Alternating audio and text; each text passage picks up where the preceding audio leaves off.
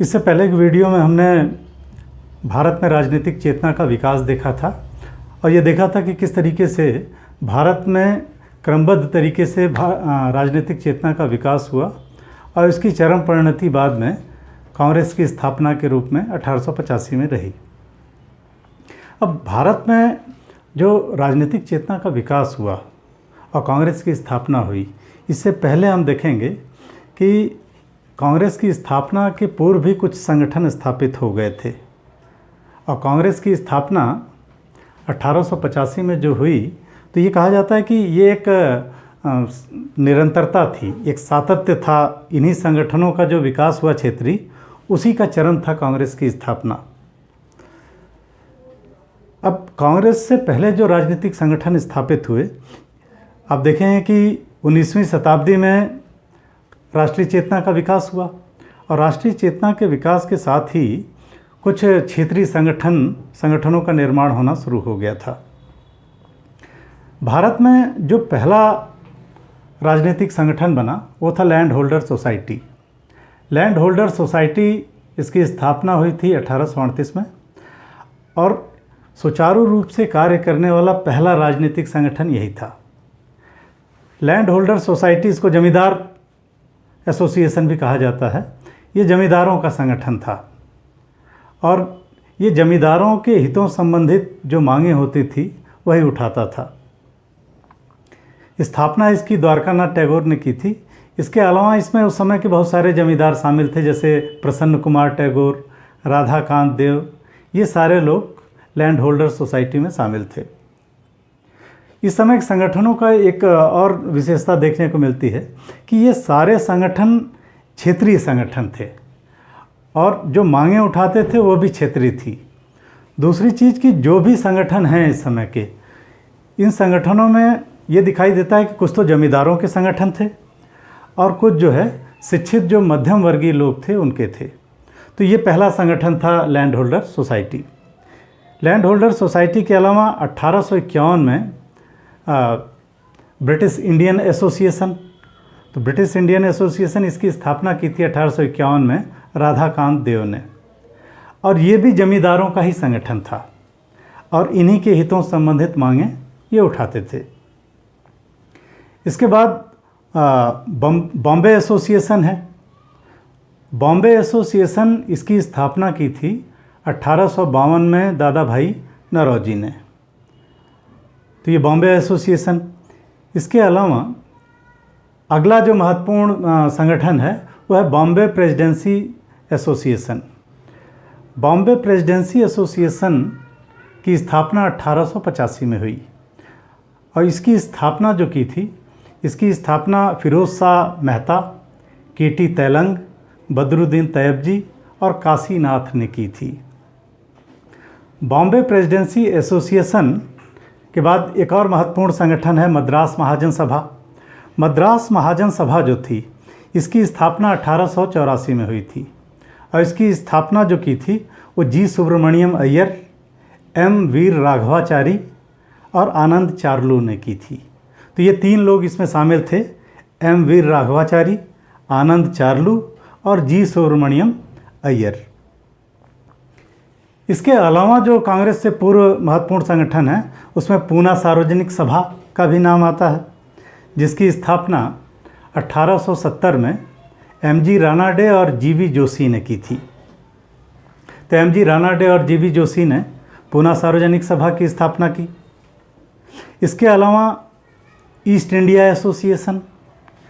East India association जो था, इसकी स्थापना 1866 में दादा भाई नौरोजी ने की और इसकी स्थापना लंदन में की गई थी और इसकी स्थापना के पीछे उद्देश्य ये था कि जो ब्रिटिश संसद है और जो ब्रिटिश जनता है उसको भारतीय समस्याओं से अवगत कराया जाए, भारतीय विषयों से अवगत कराया जाए और भारत के लिए ब्रिटेन में जनमत तैयार किया जाए। तो ये इसके पीछे उद्देश्य था। कांग्रेस की स्थापना से पहले जो सबसे बड़ा राजनीतिक संगठन था वो था इंडियन एसोसिएशन। इंडियन एसोसिएशन की स्थापना जो थी ये 1876 में, इसकी भी स्थापना कलकत्ता में हुई और इसकी स्थापना की थी सुरेंद्र नाथ बनर्जी ने और आनंद मोहन बोस ने।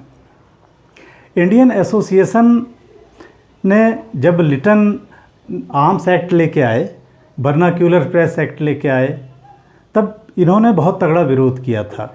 इसके अलावा इल्बर्ट बिल का इन्होंने बहुत शक्तिशाली विरोध किया। इसके अलावा लिटन ने जब आईसीएस की उम्र 21 से घटाकर 19 साल कर दी, तो सुरेंद्रनाथ बनर्जी ने ये पूरे भारत में घूमे और भारतीय जानपद सेवा आंदोलन चलाया था इन्होंने।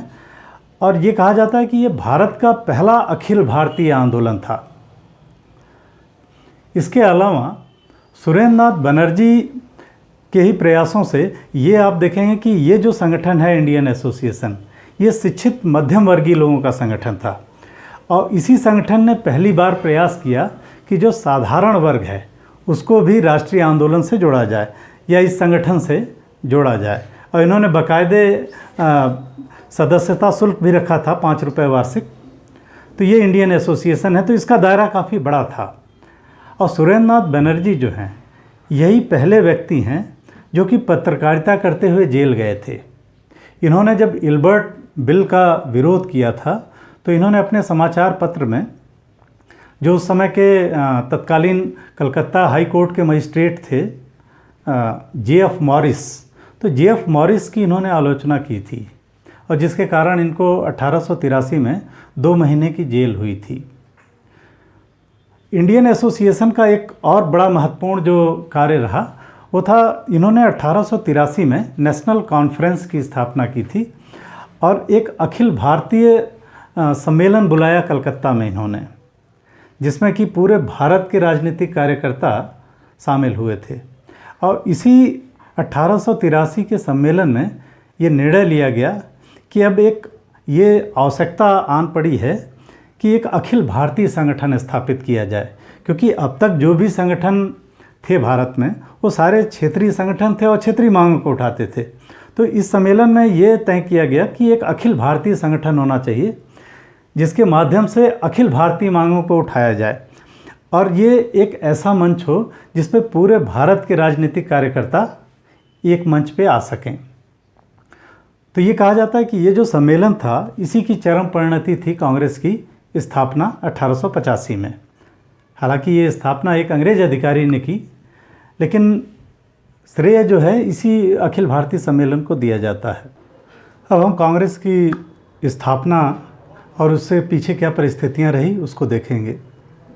कांग्रेस की स्थापना 1885 में हुई और इसकी स्थापना की थी एक अंग्रेज आईसीएस अधिकारी थे, रिटायर्ड अधिकारी थे, A O Hume, Allan Octavian Hume. Hume ने इससे पहले 1883 में ही कलकत्ता विश्वविद्यालय के स्नातकों को एक पत्र लिखा था और उसमें ये लिखा था उन्होंने कि अगर भारतीय स्वाधीनता के लिए प्रयास करना है तो मिलजुल के प्रयास करना होगा और वो भी शिक्षित वर्ग को करना होगा। फिर जो भी आंदोलन अगर चलाना है स्वाधीनता के लिए तो उसका एक स्पष्ट उसकी दिशा होनी चाहिए, एक संगठन होना चाहिए, तभी शक्तिशाली ढंग से आंदोलन को चलाया जा सकता है और अपनी मांगों को रखा जा सकता है। तो इस तरीके से उन्होंने 1883 में एक अखिल भारतीय संगठन की आवश्यकता पर बल दिया था और ये जो अपील उन्होंने की थी इससे बड़ा प्रभावित भी हुए थे छात्र। 1883 में ही हम देखेंगे कि सुरेंद्रनाथ बनर्जी ने भी एक अखिल भारतीय संगठन का आयोजन, अखिल भारतीय संघ का आयोजन किया था कलकत्ता में और उसमें भी ये प्रयास किया गया था, ये कहा गया था कि एक अखिल भारतीय संगठन की आवश्यकता है। बाद में 1885 में कांग्रेस की स्थापना हुई और इसका जो पहला अधिवेशन हुआ ये 28 दिसंबर 1885 को हुआ। इसका अधिवेशन होने वाला था पुणे में, लेकिन पुणे में उस समय ताउन फैला हुआ था, प्लेग फैला हुआ था। तो ये जो पहला अधिवेशन हुआ ये बम्बई में हुआ, गोकुलदास तेजपाल संस्कृत विद्यालय में। इसमें 72 प्रतिनिधियों ने हिस्सा लिया था और अध्यक्ष इसके हालांकि सुरेंद्रनाथ बनर्जी बनाए जाने थे, लेकिन वो जो नेशनल कॉन्फ्रेंस है उसकी मीटिंग में गए हुए थे। इस कारण जो पहले अध्यक्ष बने वो WC बनर्जी बने, व्योमेश चंद्र बनर्जी। कांग्रेस का ये जो अधिवेशन हुआ, पहले तो इसका नाम इंडियन नेशनल यूनियन था, लेकिन बाद में दादा भाई नौरोजी की सलाह पर इसका नाम इंडियन नेशनल कांग्रेस रखा गया। कांग्रेस के जो शुरुआती उद्देश्य थे उसमें यह था कि जो पूरे भारत के कार्यकर्ता हैं तो पूरे भारत के राजनीतिक कार्यकर्ताओं को एक मंच पर लाया जाए और क्षेत्रीय मांगों की जगह अखिल भारतीय मांगें उठाई जाएं। भारत के लोगों में राजनीतिक एकता स्थापित करने का प्रयास किया जाए और एक तरीके से राजनीतिक रूप से शिक्षित करना देशवासियों को, इसका उद्देश्य था। अब अगर कांग्रेस की स्थापना में शुरुआती जो दौर था उसको देखें हम, तो शुरुआती दौर में एक चीज़ दिखाई देता है कि इसके जो सदस्य थे उसमें एक तो वर्ग के हिसाब से देखा जाए तो शिक्षित मध्य वर्ग की प्रधानता थी। अगर जाति के रूप में देखा जाए तो ब्राह्मणों का वर्चस्व था। पेशे के रूप में देखा जाए तो वकीलों का वर्चस्व था।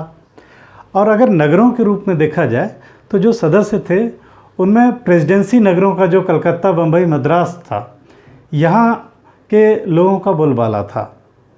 हालांकि शुरुआती दौर में इसमें हर वर्ग का प्रतिनिधित्व हो भी नहीं सकता था। जो दूसरा सम्मेलन हुआ इसका, वो हुआ कलकत्ता में। इसके अध्यक्ष दादा भाई नौरोजी थे। फिर तीसरा मद्रास में हुआ जिसके अध्यक्ष बदरुद्दीन तैयब जी थे। और इसके बाद चौथा सम्मेलन जो हुआ वो 88 में हुआ और इसके अध्यक्ष ये पहले अंग्रेज़ थे, जॉर्ज यूले। ये इलाहाबाद में हुआ था और इसमें सबसे बड़ी संख्या में लोग शामिल हुए थे। 1888 तक देखा जाए तो जो ब्रिटिश सरकार थी उसका रुख कांग्रेस के प्रति नरम था, क्योंकि ये माना जाता है कि जो डफरिन थे, जो गवर्नर जनरल थे उस समय, उनसे सलाह मशविरा लेकर ही कांग्रेस की स्थापना की थी ए.ओ. ह्यूम ने। लेकिन 1888 के बाद कांग्रेस के प्रति जो अंग्रेज़ों की निगाहें थी वो टेढ़ी हो गई और बाद में हम देखेंगे कि अंग्रेज़ों के उकसावे पर ही सर सैयद अहमद खां ने बनारस के राजा शिव प्रसाद सितारे हिंद के साथ मिलकर कांग्रेस के विरोध के लिए एक यूनाइटेड इंडियन पैट्रियोटिक एसोसिएशन की स्थापना की थी। कांग्रेस की जो शुरुआती मांगें थी अगर हम देखें तो शुरुआत में इन्होंने जो मांगें रखी वो भी बहुत सामान्य मांगें थीं, जैसे विधानसभाओं का विस्तार किया जाए और उनमें भारतीय लोगों को भी शामिल किया जाए, सैन्य व्यय को कम किया जाए, आईसीएस की परीक्षाएं इंग्लैंड और भारत दोनों जगह कराई जाए और इसकी उम्र को बढ़ाया जाए, नमक पर टैक्स हटाया जाए। तो इस तरीके से ये छोटी छोटी मांगें होती थी और इन मांगों के लिए कांग्रेस ने जो सहारा लिया वो संवैधानिक तरीका अपनाया इन्होंने और संवैधानिक तरीकों के माध्यम से इन्होंने प्रार्थना, याचना और प्रतिनिधि मंडल का सहारा लिया। इसके अलावा शुरुआती दौर में एक चीज़ और देखने को मिली कि कांग्रेस के जो लोग थे इनका ब्रिटिश व्यवस्था में बहुत ज़्यादा विश्वास भी था, महारानी में बड़ा भरोसा भी था और ये जो कांग्रेस के अधिवेशन होते थे इसमें महारानी का जय घोष भी करते थे और इनका ये मानना था कि जो भारत में ब्रिटिश प्रशासन है वो अत्याचारी है। तो अगर ब्रिटिश जनमत को भारत के पक्ष में तैयार किया जाए या ब्रिटिश संसद को और ब्रिटिश जनता को अगर भारतीय विषयों के बारे में बताया जाए, भारत में जो अत्याचार हो रहा है उसके बारे में बताया जाए, तो शायद यहाँ बेहतर तरीके से सुधार हो सकता है। और इसी के लिए दादा भाई नौरोजी लंदन में सक्रिय भी रहे। एक ब्रिटिश कमेटी ऑफ INC का गठन किया गया, British committee of Indian national Congress का, और इसके सदस्य के रूप में दादा भाई नौरोजी लंदन गए। ये कॉमन सभा में चुने जाने वाले पहले भारतीय भी थे ब्रिटिश कॉमन सभा में। इसके अलावा इन्होंने एक इंडिया नामक पत्रिका भी निकाली जिसके माध्यम से ये भारतीय समस्याओं से अवगत कराते थे ब्रिटिश जनता को और भारत के पक्ष में जनमत तैयार करने का प्रयास किया इन्होंने। अब जो कांग्रेस है, कांग्रेस की जो स्थापना हुई इस पे बहुत ज़्यादा मतलब सवाल भी उठाया जाता है शुरुआत में कि एक अंग्रेज रिटायर्ड आईसीएस अधिकारी ने इसकी स्थापना की। तो इसकी स्थापना के पीछे कई मत भी दिए जाते हैं, जिसमें दो ज़्यादा महत्वपूर्ण हैं। एक तो अभय कपाट का सिद्धांत, सेफ्टी वाल्व का सिद्धांत, और दूसरा है सतत विकास की प्रक्रिया का सिद्धांत। सेफ्टी वाल्व का जो सिद्धांत है, ये कहा जाता है कि डफरिन से ए.ओ. ह्यूम पहले मिले थे और उन्होंने ये कहा था कि भाई भारत में जो असंतोष पैदा हो रहा है लोगों में, उसको अगर समय रहते जानना है तो एक इस तरीके का राजनीतिक संगठन होना चाहिए जिसके माध्यम से कोई भी अगर भारतीयों में असंतोष उत्पन्न होता है तो उसको समय रहते ब्रिटिश सरकार जान सके। क्योंकि इससे पहले जब 1857 की क्रांति हुई थी तो उस क्रांति में भारतीयों में इतना रोष पनप रहा था, लेकिन ब्रिटिश सरकार उसको जान नहीं पाई थी। तो ये कहा जाता है जैसे लाला लाजपत राय का जो समाचार पत्र था यंग इंडिया, तो यंग इंडिया में समाचार पत्र मतलब लाला लाजपत राय ने अपने यंग इंडिया में ये लिखा था कि जो कांग्रेस की स्थापना हुई थी उसके पीछे यही सेफ्टी वाल्व का सिद्धांत काम कर रहा था, अभय कपाट का सिद्धांत काम कर रहा था। सेफ्टी वाल्व ये होता है, ये प्रेशर कुकर में सेफ्टी वाल्व लगा रहता है। आप देखेंगे कि जैसे उसमें गैस ज़्यादा होती है तो उस सेफ्टी वाल्व से वो गैस रिलीज़ हो जाती है। तो वैसे ही ये कहा गया कि ये कांग्रेस की स्थापना लाला लाजपत राय ने ये माना कि ये सेफ्टी वाल्व के रूप में हुई थी, ब्रिटिश सरकार के सहयोगी के रूप में हुई थी। गुप्त मंत्रणा की थी इन्होंने, ह्यूम ने डफरिन से।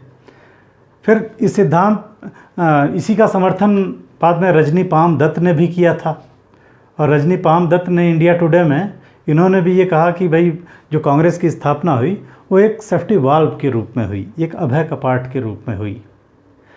लेकिन इसको माना नहीं जा सकता, क्योंकि अगर कांग्रेस की स्थापना पूरी तरीके से सेफ्टी वाल्व के रूप में होती, एक अगर ये षड्यंत्र होता, तो आप देखें कि निस्वार्थ भाव से 22 साल तक सेवा देते रहे ये ह्यूम। दूसरी चीज़ कि कांग्रेस जो है इसके प्रति शुरुआती दौर में ही केवल सहयोगी रही ब्रिटिश सरकार। 1888 के बाद ही कांग्रेस के विरुद्ध हो गई ब्रिटिश सरकार। दूसरी चीज़ कि लाला लाजपत राय ने ही बाद में ये कहा था कि भारतीयों की दुर्दशा को देखकर इन्होंने कहा था कि ये ह्यूम जो है ये स्वतंत्रता के पुजारी थे और भारतीयों की दुर्दशा और निर्धरता देखकर उनका हृदय रोता था। तो इसका मतलब कि ह्यूम ने जो कांग्रेस की स्थापना की उसके पीछे उनका कोई गलत मंतव्य नहीं था। दूसरा है सतत विकास की प्रक्रिया का सिद्धांत। ये माना जाता है, एक घड़ा ये मानता है कि जो कांग्रेस की स्थापना हुई ये एक सतत विकास की प्रक्रिया थी। जैसे भारत में जब राजनीतिक चेतना का विकास हुआ तो हम देखेंगे कि छोटे छोटे संगठन बनने लगे थे, से लैंड होल्डर सोसाइटी हो, मद्रास महाजन सभा हो, इंडियन एसोसिएशन हो। तो इस तरीके के संगठन क्षेत्रीय स्तर पर बनने लगे थे और इसी की चरम परिणति थी कांग्रेस की स्थापना। तो एक अखिल भारतीय संगठन की स्थापना तो अब होनी ही थी, बस यही था कि एक अंग्रेज अधिकारी ने कांग्रेस की स्थापना की। तो कांग्रेस की जो स्थापना हुई वो वास्तव में एक सतत प्रक्रिया का ही परिणाम था।